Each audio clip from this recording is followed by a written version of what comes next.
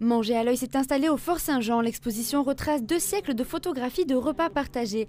256 photos de 36 artistes ont été sélectionnées parmi des milliers. Alors du coup, ça a été un très très long travail, puisque ça va faire plus d'1 an et demi qu'on travaille sur le sujet.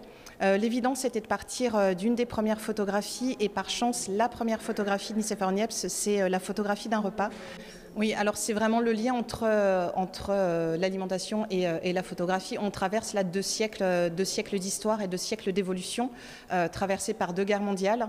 Donc effectivement, entre tous les événements et la technologie, on est dans une évolution sociale et dans une évolution de vie. L'enjeu de l'exposition était aussi basé sur la scénographie.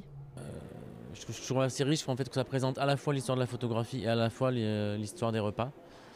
Et je trouve qu'on ressent ça très vite dans l'entrée. C'est-à-dire on embrasse un petit peu toute l'exposition.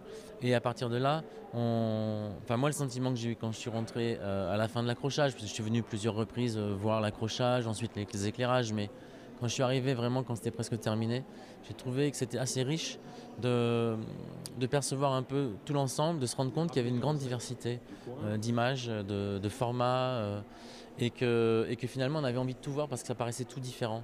Manger à l'œil ouvrira ses portes demain et sera visible jusqu'au 30 septembre.